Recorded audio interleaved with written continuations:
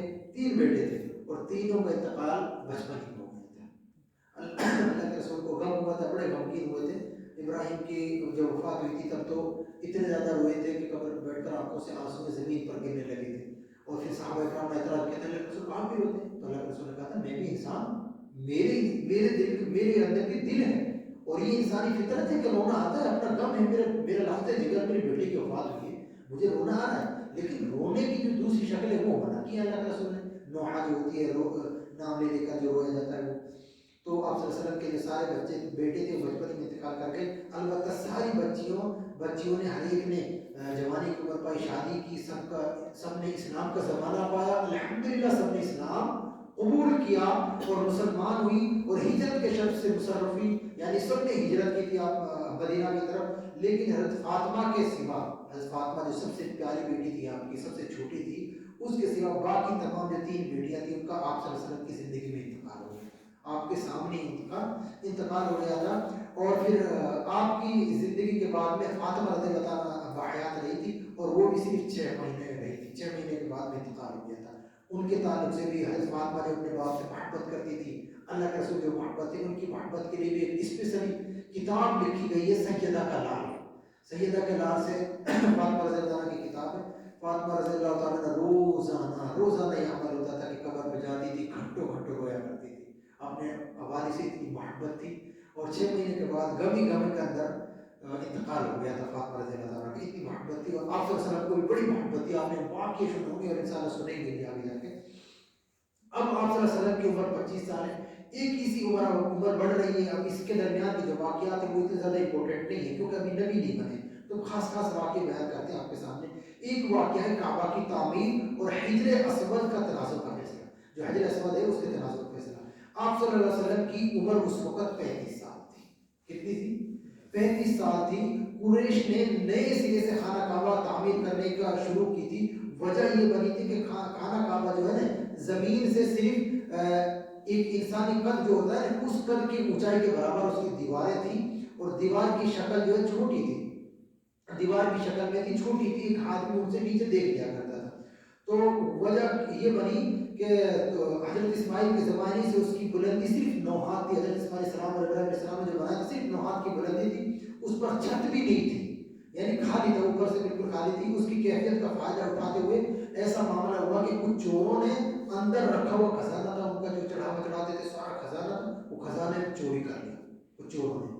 تو پھر اس کے بعد مکہ والوں نے میٹنگ کر کے بولا کہ بھائی ہم نے اس کی احتیاط کرتے ہیں، اس کو اونچا بناتے ہیں، اس کی جو دیوار کو اونچا کرتے ہیں، اوپر سے ڈھکتے ہیں. اس کے علاوہ اس کی تعمیر کا پھر سلسلہ شروع ہوتا ہے، اور اس کی تعمیر کو ایک لمبا وقت گزر چکا تھا کہ حضرت اسماعیل علیہ السلام نے اس کے بعد اس کی دوبارہ تعمیر نہیں ہوئی تھی، خشکی کا شکار ہو چکی تھی، دیواریں بھی کمزور ہو چکی تھی، پھٹ گئی تھی کچھ دیواریں. اور پھر اسی سال کیا ہوا تھا، جب آپ 35 سال کے تھے، کہ ایک بارش ہوئی، اور بارش سے سیلاب آیا، اور سیلاب کا رخ خانہ کعبہ کی طرف تھا. تو بالکل بہت زیادہ پانی کی وجہ سے اس کی دیوار میں زیادہ شکاف ہو گیا، خالی جگہ ہو گئی، ایسا لگتا تھا کہ کبھی بھی کی دیوار گر جائے گی. تو پھر جب ایسا لگتا تھا تو انہوں نے کیا کیا کہ اس کو دوبارہ سے تعمیر کرنے کا سلسلے کے بارے میں مشورہ کیا. اب اس مرحلے پر قریش کا متفقہ فیصلہ ہو گیا کہ دوبارہ سے تعمیر شروع کریں گے، اور انہوں نے مشورہ کیا کہ اس میں صرف اور صرف حلال کمائی استعمال ہوگی، کسی کا کوئی ظلمت پیسہ، ناجائز پیسہ، کیونکہ اس وقت بہت ساری چیزیں تھی، سود کا بھی تھا، اور اس وقت زناکاری کے بھی دھندے سب چلائے جاتے تھے. تو ایسے ساری کوئی بھی ایسی رقم جو ناجائز حرام ہوتی تھی، ان کے یہاں بھی ناجائز حرام کا کانسیپٹ تھا. وہ دین ابراہیم کے پیروکار تھے نا، لیکن اس کے اندر شرکیات بہت ساری تھی. تو انہوں نے کہا تھا کہ بھائی ایسا کوئی ناحق مال، حرام مال اس میں استعمال نہیں ہوگا، صرف جائز اور حق حلال خون پہ حلال کمائی کا استعمال ہوگا.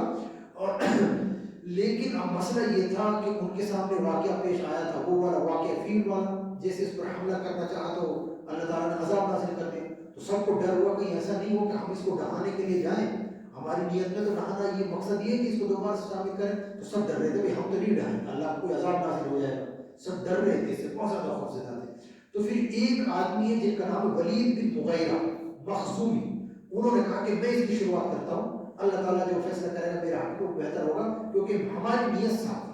تو انہوں نے سب سے پہلے کدال لے کر کے دیوار کو ڈھایا، اور پھر سب لوگ دیکھ کر کھڑے ہو کر ایسا لگ رہا تھا کہ سب ان کو امید تھی کہ عذاب آئے گا. تو لیکن اس کے بعد کچھ نہیں ہوا، تو سب کو امید ہو گئی کہ نہیں اب کچھ نہیں ہو رہا، انشاءاللہ خیر ہوگی. تو سب نے اس کو مل کر کے ڈھایا، اس کی دیوار کو سائڈ میں کیا، اور دوبارہ سے تعمیر کا کام شروع کیا. ہر ایک الگ الگ ہر قبیلے کا حصہ مقرر تھا کہ بھائی تم یہ کام کرو گے. علیحدہ علیحدہ پتھر کے ڈھیر لگا رکھے تھے کہ بھئی یہ ہمارے قبیلے کے پتھر، یہ ہمارے قبیلے کے پتھر، سب اس کو موزہ سمجھتے تھے. تو سب نے یہ تیار کیا ہوا تھا کہ ہم اسے ایسے تیار کریں گے. اور تعمیر کے لیے باقون نامی ایک رومی معمار تھا، رومی انہیں کو بولتے عیسائیوں کو، نے روم کسرا وغیرہ یہ سارے علاقے کہلاتے تھے. تو باقون نامی تھا جس نے خانہ کعبہ کی تعمیر کی تھی. کیا نام تھا؟ باقون. باقون، یہ یاد، یہ سوال ہو سکتا ہے، بہت آسان سوال ہے، اور ایسی آسان سوال ہوتی ہے. باقون نامی تھا. اور جب عمارت حجر اسود تک کی بلندی تک پہنچی تو پھر ان کے درمیان میں ایک جھگڑا ہو گیا. جھگڑا کیا ہوا؟ سارے قبیلے والوں نے اپنے اپنے پتھر رکھے ہوئے تھے. اب حجر اسود ایک پاک پتھر تھا، جنت کا پتھر ہے، اس کے بارے میں کافی تفصیل اور بھی آگے آ جائے گی انشاءاللہ. تو پھر کیا ہوا؟ سب نے کہا کہ ہم رکھیں گے، سارے قبیلے والے سب اپنے اپنے لیے تیار ہو گئے. تو پھر بڑا اختلاف ہوا. تو یہاں تک ایسا لگ رہا تھا کہ جھگڑا 4-5 روز تک جاری رہا، کوئی کام بند کر دیا نہیں، ہم رکھیں گے ہم رکھیں گے. اسی اس میں ایسا لگا تھا کہ بالکل جو حرم کی زمین ہے سخت خون خرابہ ہو جائے گا. لیکن ابو امیہ مخزومی نام کے ایک آدمی ہیں، وہ سردار تھے آپس میں انہیں کے، انہوں نے یہ کہہ کر فیصلہ کر دیا کہ بھائی دیکھو اس چیز پر سب کا اتفاق ہے کہ صبح میں جو کل سب سے پہلے حرم کے اندر داخل ہوگا، جو ہوگا، آپ نے سرداروں کے اندر فیصلہ کر لیا کہ جو سب سے پہلے فیصلہ داخل ہوگا ہم اس کو حاکم بنائیں گے، وہ جو فیصلہ کرے گا وہ مانیں گے. تو اس پر سب کا اتفاق ہو گیا، چلو ایسے ہی تیار ہو گئے سب. تو ایسی ہی تجویز منظور کر لی.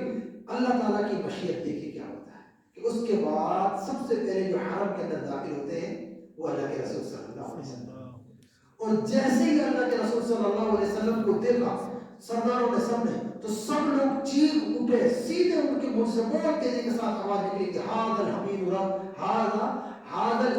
ردینا ھذا محمد صلی اللہ علیہ وسلم. وہ تو نہیں کہتے تھے، اپنے کو تو کہنا ہے صلی اللہ علیہ وسلم. تو انہوں نے فوراً کہا کہ یہ امین آ گئے اور یہی ہمارے فیصل ہیں، ہم ان کو اپنے فیصلہ کرنے پر راضی ہو گئے سب خوشی کے دل کے ساتھ، کیونکہ آپ کی امانت داری، اخلاق، مکرم، اس ساری چیزوں میں مشہور تھے. آپ 35 سال کی عمر تھی، بہت ہی زیادہ سنجیدہ تھے، بالکل اتنے زیادہ سنجیدہ تھے، کسی بھی لغویات میں شامل نہیں ہوتے تھے، ان کی کسی بھی چیز میں شامل نہیں ہوتے تھے، بالکل الگ تھلگ رہتے تھے، بڑے مفکر آدمی تھے، سوچتے تھے، غور و فکر کرتے تھے لوگوں کی زندگی کے بارے میں. اور یہ چیز تو انشاءاللہ آگے بیان کریں گے اور تفصیل انشاءاللہ. پھر جیسے آپ لوگ کے قریب پہنچے تو انہوں نے آپ صلی اللہ علیہ وسلم کے معاملے کی تفصیل بتائی. آپ کو کچھ پتہ نہیں تھا، بس وہ دیکھ کر چیخ انہوں نے پکار لگائی کہ امین آ گئے، امین آ گئے، امین کو راضی ہیں. تو پھر آپ کو تفصیل بتائی کہ ایسے ایسا معاملہ ہے، اب آپ کو فیصلہ کرنا ہے. اب آپ صلی اللہ علیہ وسلم کی حکمت دانائی دیکھیں، کتنے سنجیدہ، کیسی حکمت سے کام لیا، الحمدللہ کتنے شاندار طریقے سے کام لیا. حکمت دیکھیں، ابھی نبی نہیں بنے تھے، 35 سال کی بات تھی. آپ صلی اللہ علیہ وسلم نے کیا کیا؟ ایک چادر منگائی، بھائی چادر لے کر آؤ. اس چادر کو بچھا دیا اور پتھر کو اٹھایا اور چادر پر رکھ دیا خود اپنے ہاتھوں سے. اور پھر کہا کہ ہر قبیلے والے آپ اس کے کونے پکڑ لے چاروں طرف سے اور اس کو اٹھائیں. سارے لوگ الحمدللہ اتنے خوش ہوئے کہ الحمدللہ بہت شاندار فیصلہ ہے، سب کی مراد پوری ہو گئی. بھائی سب کو کوئی اختلاف نہیں رہا، سب نے چاروں طرف سے چادر کو پکڑ کر اٹھایا. اور جیسی وہ حجر اسود جہاں رکھنا تھا، جہاں اس کی جگہ بنائی تھی، جیسی وہاں پر پہنچے تو پھر آپ نے وہاں سے اس کو اٹھایا اور اپنے ہاتھوں سے رکھ دیا. الحمدللہ اتنا بڑا جو فتنہ تھا، پورا معاملہ تھا، پورا معاملہ ختم ہو گیا اور سب لوگ خوشی خوشی کے ساتھ میں اپنے اس خانہ کعبہ کی تعمیر میں پھر مشغول ہو گئے. ادھر ابھی مشغول ہوئے تھے کہ کیا ہوا کہ ان کی حلال کمائی کم پڑ گئی. انہوں نے جو اپنی حلال کمائی جمع کی تھی وہ کم پڑ گئی. اسی لیے انہوں نے شمال کی جو جانب تھا، شمال کی جو طرف کا حصہ تھا، کعبہ کی لمبائی تقریباً 6 ہاتھ کم کر دی. اور یہی ٹکڑا جو ہے ہجر اور حتیم کہلاتا ہے. حجر اور حتیم کہلاتا ہے یہی ٹکڑا جو آج بھی خانہ کعبہ میں الحمدللہ اللہ تعالیٰ بڑے خوش نصیب ہیں، اللہ تعالیٰ نے جن کو موقع دیا وہاں دیکھ لیں. لیکن آپ تصویروں میں دیکھتے ہوں جن جو وہاں تک نہ پہنچے ہوں تو ایک خالی حصہ ہے ہوتا ہے، اس کو حتیم کہا جاتا ہے. اسی وقت کا چھوڑا ہوا ہے. ان کی حلال کمائی ختم ہو گئی تو انہوں نے کہا کہ بھائی اب اتنے پہ الحمدللہ اپنے بس کرتے ہیں اور یہیں پر بناتے ہیں، ہماری حلال کمائی ختم ہو گئی. اس دفعہ قریش نے جو دروازہ زمین سے خاصا بلند کر دیا تھا، زمین سے اچھا خاصا بلند کر دیا تھا. الحمدللہ آپ دیکھتے ہیں اس میں وہی شخص داخل ہو سکے جس کی وہ اجازت ہے، کوئی اور داخل ہی نہیں ہو سکتا تھا بغیر سہارے کے. بڑی اس سے بغیر اجازت کے کوئی داخل نہیں ہو سکتا تھا، اتنا اونچا دروازہ کر دیا تھا. اور جب دیواریں جو تھی ان کی بلندی تھی 15 ہاتھ ان کی بلندی ہو گئی. اندر 6 ستون قائم کیے تھے کھڑے کر کے، اوپر سے چھت ڈال دی. خانہ کعبہ اپنی تکمیل کے بعد قریب چوکور کی شکل ہو گیا تھا جو ہمارے سامنے ابھی ہے. خانہ کعبہ کی بلندی جو 15 میٹر ہے. حجر اسود والی جو دیوار ہے اس کے سامنے کی دیوار یعنی جنوب و شمال والی دیوار جو ہے وہ 10-10 میٹر کی اونچائی پر ہے. اور حجر اسود جو ہے مطاف سے، جو زمین پر مطاف طواف کرتے ہیں، اس سے 1.5 میٹر کی بلندی پر ہے. ابھی پورا اس طریقہ بیان کیا کہ دروازہ بھی 2 میٹر زمین سے اونچا ہے. جو فرش ہے دیوار کے گرد نیچے چار جانب سے ایک بڑے ہوئے کرسی نما ضلع بنے ہوئے خانہ کعبہ کے سائڈ میں نا، وہ بھی خانہ کعبہ کا حصے تھے. وہ جو جس میں وہ تحت ایسی بنی ہوئی چاروں طرف، وہ بھی خانہ کعبہ کا حصہ تھا. ان پر بھی ایسے ہی بنا دیا، لیکن وہ پیسے کی کمی کی وجہ سے وہ نہیں بنا پائے تھے. اور جس کی اونچائی جو ابھی اوسطاً 25 سینٹی میٹر جو بغل میں جو چیزیں بنی ہوئی ہیں اسے شاہزوار کہتے ہیں. تو یہ خانہ کعبہ تھا، انہوں نے تعمیر کیا الحمدللہ. تو یہ تھا آپ صلی اللہ علیہ وسلم کی جو سیرت کی جو زندگی تھی نبوت سے پہلے کی. اس کو جو آسان الفاظ میں جو کتاب صاحب کتاب مولانا یوسف الرحمن بارکوئی صاحب، انہوں نے آپ کے پورے اخلاق اور اوصاف کو ایک مختصر سے الفاظ میں اس کو بیان کیا. ہم اس کو آپ کے سامنے بیان کرتے ہیں.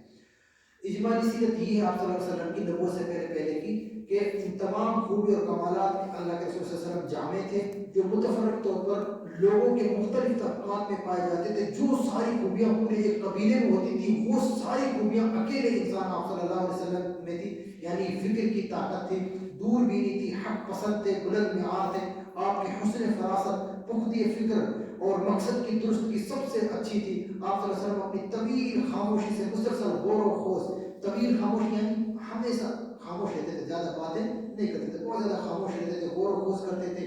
دائمی فکر تکفیر کہتے تھی. حقی قرید میں مدد لیتے رہتے تھے کہ حق کیا ہے. اللہ کے رسول صلی اللہ علیہ وسلم کو ان کی پوجا کرنا، ان کے تہوار، یہ ساری چیزیں پسند نہیں تھی. آپ نے اپنی شاداب عقل، روشن فطرت سے زندگی کے صحیفے، لوگوں کے معاملات، جماعتوں کے احوال کا مطالعہ کیا، غور سے دیکھتے تھے کیسے کیا معاملات چل رہے ساری چیزوں پر. وہ جو ساری خرافات اس وقت ہوتی تھی، یہ سب میں لطفت تھے. جو مکہ کے لوگ تھے ان سے آپ بالکل سخت بیزار تھے. کوئی بھی جو خرافات تھی ان میں شامل نہیں ہوتے تھے، بلکہ آپ صلی اللہ علیہ وسلم ان سب سے دامن کش رہتے تھے، دور رہتے تھے. پوری بصیرت کے ساتھ لوگوں کے درمیان کی زندگی کا سفر طے کیا. سب کے ساتھ میں رہے، امیر بھی کہلائے، سب کچھ کہلائے، لیکن کسی کو یہ بھی احساس ہونے نہیں دیا کہ ہمارے تہواروں میں بھی شامل نہیں ہوتے، ہماری کوئی چیز مانتے نہیں ہیں. عبادت بھی نہیں کرتے, بتوں پر بھی چڑھاوا نہیں کرتے, یہاں تک کہ جو کام اچھا ہوتا تھا سب سے آگے بڑھتے تھے, جیسے وہ بھی بیان ہوگا. لوگوں کا جو کام اچھا ہوتا تھا اس میں شرکت فرماتے, ورنہ اپنی مقرر تنہائی کی طرف لوٹ جاتے, اکیلے ہی رہتے تھے, خاموش زیادہ. آپ نے شراب کو کبھی منہ لگایا ہی نہیں, ساری شراب گھٹی میں بھی نہیں ہوتی, کبھی شراب نہیں پیا آپ نے, لغت سے پہلے کا واقعہ. اور اسی طرح جو آستانے تھے جن پر ذبح وغیرہ کیا جاتے تھے نا, ان کا ذبیحہ جو کبھی کھایا, کبھی بھی نہیں کھایا, اللہ رسول خود بیان کرے کبھی نہیں کھایا. بتوں کے لیے منائے جانے والے تہوار میں کبھی شامل نہیں ہوئے, ان کے میلوں میں کبھی شرکت نہیں کی. آپ کو شروع سے ہی جو باطل معبود سے جو پوجا کرتے تھے ان سے نفرت تھی, اتنی زیادہ نفرت تھی آپ کی نظر میں, اس سے زیادہ کوئی نفرت والی چیز تھی نہیں. حتیٰ کہ لات و غصہ جو ان کی قسم کھاتے تھے ان کو بھی نہیں سنتے تھے اللہ کے رسول, فوراً ان کے ناگواری کرتے, اللہ کے رسول اس کو ناپسند کرتے تھے. اور اس شعبے میں اس میں کوئی شک نہیں ہے کہ یہ سب چیزیں جو ان کے دل میں تھی اللہ تعالیٰ کی طرف سے ڈالی جا رہی تھی. اللہ تعالیٰ ان کو ان چیزوں سے محفوظ رکھ رہا تھا, کیونکہ رب العالمین کو ان کو رحمت للعالمین بنانا تھا, دنیا کی امامت کا امام الانبیاء بنانا تھا. تو یہ ساری چیزیں بالکل پاک صاف تھے. جب بعض دنیاوی تماشات یعنی بعض دنیاوی چیزوں کو دیکھنے کے لیے نفس کے جذبات متحرک ہوئے, یعنی کوئی ناپسندیدہ چیز تھی, رسم و رواج کی پیروی کا طبیعت کبھی تیار ہی نہیں ہوتی تھی, تو اور کبھی بھی اگر ایسا کچھ تیار بھی ہو تو خود اللہ تعالیٰ نے ان کے درمیان میں کوئی رکاوٹ پیدا کر دی اور اس سے دور ہو گئی. ابن عسیر کی روایت ہے, رسول اللہ صلی اللہ علیہ وسلم نے فرمایا اہل جاہلیت کو کہتے ہیں کہ اہل جاہلیت میں میرے دل میں کبھی بھی ان کے تہوار میں شامل ہونے کا کبھی کوئی دل ہی نہیں کیا کسی بھی معاملے میں. زندگی میں 2 موقع آئے تھے, اور 2 موقع کب تھے کہ کہتے ہیں اللہ کے رسول صلی اللہ علیہ وسلم میں ایک لڑکے کے ساتھ مکے کی بالا حصے میں بکریاں چرایا کرتا تھا. تو جب میں بکریاں چرایا کرتا تھا تو مشہور تھا کہ لڑکے لوگ قصہ کہانیاں کرتے ہیں, بیٹھتے ہیں, شراب وغیرہ پیتے ہیں, ایسے کام کرتے ہیں رات میں مکے میں بیٹھ کر. تو ایک مرتبہ کیا ہوا, میرے دل میں خیال آیا ایسے کہ میں ان کے پاس جا کر دیکھوں کیا کرتے ہیں, کیسے ان کے ساتھ بیٹھوں. تو پھر اس کو کہتے ہیں اللہ کے رسول میں نے اس لڑکے کو اپنی بکریوں کی ذمہ داری کی دی کہ تم یہاں رہو, میں رات میں جاتا ہوں. پھر اللہ کے رسول کہتے ہیں کہ میں بکریاں ان کو دیکھو اور میں جاتا ہوں. پھر آپ صلی اللہ علیہ وسلم وہاں آئے, اس کے بعد جیسے مکہ کے اندر داخل ہوئے, پہلے ہی گھر کے پاس پہنچے تھے کہ بازے وغیرہ گانا وغیرہ کی آواز تھی. آپ صلی اللہ علیہ وسلم نے پوچھا کہ بھئی یہ کس چیز کی گانا بجانے کی آواز ہے؟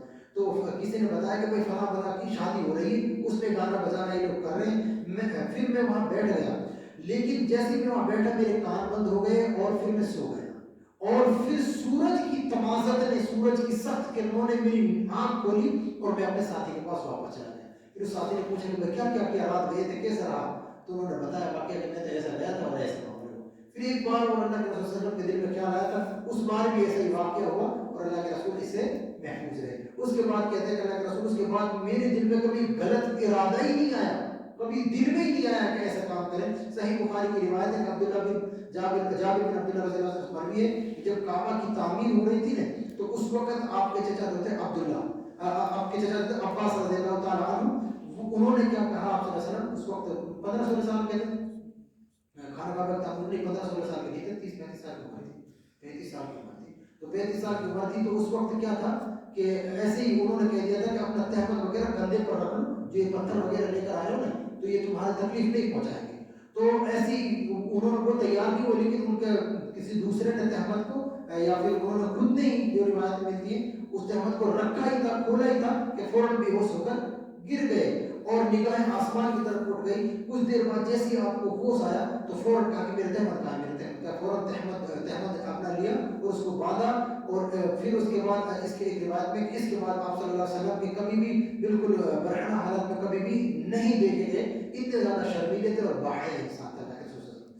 اپنی قوم میں شیریں کردار, فاضلہ تھے, میٹھا کردار تھا, الحمدللہ سب سے اچھا اخلاق تھا, کریمانہ عادت تھی, ہر لحاظ سے بالکل ممتاز تھے, الگ تھے بالکل, سب سے زیادہ بامروت تھے, سب سے زیادہ خوش اخلاق تھے, سب سے زیادہ اچھے پڑوسی تھے, سب سے بڑھ کر دور اندیش تھے, سب سے زیادہ راست ہوتے, اچھے الفاظ اپنے زبان سے نکالتے تھے, سب سے زیادہ نرم پہلو رکھنے والے تھے, سب سے زیادہ پاک نفس والے تھے, امانت دار تھے. حتیٰ کہ قوم نے آپ کا نام ہی امین رکھ دیا تھا کہ آپ احوال, آپ کے جو رہنے کا طریقہ تھا, رہن سہن کا, اس ساری چیز کو دیکھ کر کے لوگ آپ کو امین کہا کرتے تھے.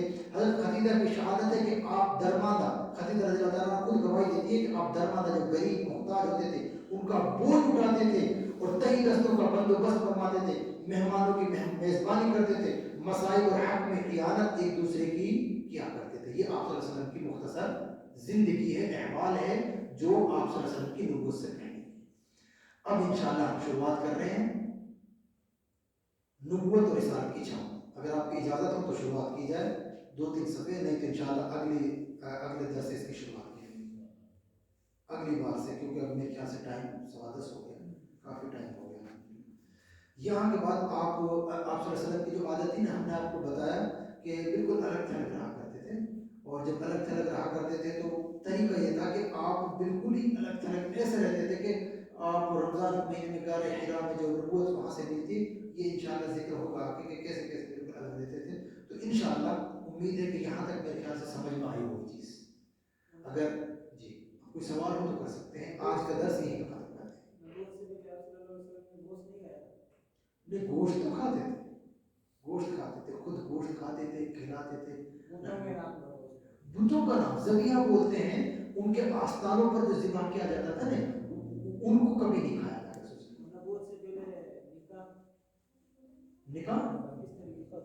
نکاح کا طریقہ یہی تھا. یہ دین ابراہیم جو طریقہ نا، جو اب ہم پڑھتے ہیں نکاح کا خطبہ دیا کرتے تھے باقاعدہ. ابو طالب نے جو آپ کے چچا تھے انہوں نے نکاح پڑھایا، خطبہ دیتے تھے. ان کے پاس کلمات بھی تھے، عربی زبان کی ساری چیز یہی تھی. تو نکاح ہوتا تھا، سب قبول نامہ ہوتا تھا، سب لوگوں کے بیچ میں بیٹھ کر گواہ وغیرہ ساری چیزیں. ان کے اندر بہت ساری. اب ہم نے عرب کے پہلے جو حالات ہیں وہ تفصیلی اس لیے بیان نہیں کیے کہ زیادہ بوجھ رہے تھے. 20 مہر کے طور پر مہر رکھی کہ نہیں، تو پورا وہی سسٹم تھا جو آج ہے. خدیجہ رضی اللہ عنہ سے پہلے شادی ہوئی تھی. تو اور کوئی سوال ہو تو کر سکتے ہیں. بس آج کا درس یہیں ختم کرتے ہیں. انشاءاللہ اگلے جو درس سے شروعات ہوگی وہ آپ کی نبوت کی شروعات، یعنی کہ جو وحی کی شروعات، نبوت کیسے ملی آپ کو، کس طریقے سے اس کی شروعات ہوئی، وہ انشاءاللہ بیان کریں گے انشاءاللہ. کوئی اور سوال ہو تو بتائیے. کسی بھائی کا کوئی سوال ہو تو کر سکتا ہے. اچھا اب چلو خیر الحمدللہ. تو درس کا آج خاتمہ کرتے ہیں. واقعی میں دعا کر لیں اللہ تعالیٰ سے گڑ گڑا کر ان کے سامنے اپنی کچھ گزارشات پیش کرتے ہیں. اللہ تعالیٰ سے دعا ہے رب العالمین ہمیں اس درس سے فائدہ اٹھانے اور اپنی زندگی میں اس کو نافذ کرنے کی توفیق عطا فرما. اے رب العالمین ہم تمام لوگوں کے اس جمع ہونے کو صرف اس کا ایک نیک ارادہ ہے کہ اس زندگی سے ہم نصیحت حاصل کریں، تو ہمارے اس جمع ہونے کو قبول فرما لیں. اے رب العالمین ہمارے اس نیک عمل کو قبول فرما لیں. اے رب العالمین ہم تمام لوگوں کو نبی اکرم صلی اللہ علیہ وسلم کی زندگی سے نصیحت حاصل کرنے کی توفیق عطا فرما. اے رب العالمین ہمیں ریاکاری سے بچا کر ہمارے اس عمل کو شرف قبولیت سے نواز دے. اے رب العالمین ہمیں اس سیرت مصطفیٰ سے اپنی زندگی میں عملی طور پر اس کو نافذ کرنے کی توفیق عطا فرما. اے رب العالمین جو بھائی بھی ہمارے باہر گاؤں سے آئے ہیں الحمدللہ قابل مبارکباد ہے. اے رب العالمین ان بھائیوں کی آنے کی جو محنت ہے، کوشش ہے، رب العالمین اس کو قبول فرما لے. رب العالمین اس کے ذریعے سے اس کو نجات کا ذریعہ ان کے لیے بنا دے. رب العالمین ہماری مائیں جو قربانی دے کر بیٹھی ہیں، بہنیں ہیں، ہماری اسلامی خواتین اس درس کو سن رہے ہیں، رب العالمین اس درس کو ان کے لیے مغفرت کا ذریعہ بنا دے. اس درس کے ذریعے سے ان کی زندگی میں اسلامی تعلیمات کو عام کرنے کی توفیق عطا فرما دے. اے رب العالمین جب تک ہم اس دار فانی میں رکھ اسلامی تعلیمات پر، اسلامی احکامات پر عمل کرنے کی توفیق عطا فرما. اے ارحم الراحمین ہمارا خاتمہ ایمان پر، خاتمہ بالخیر عطا فرما. ہمارا خاتمہ کلمہ طیبہ لا الہ الا اللہ پر عطا فرما. آمین. وآخر دعوانا الحمدللہ رب العالمین.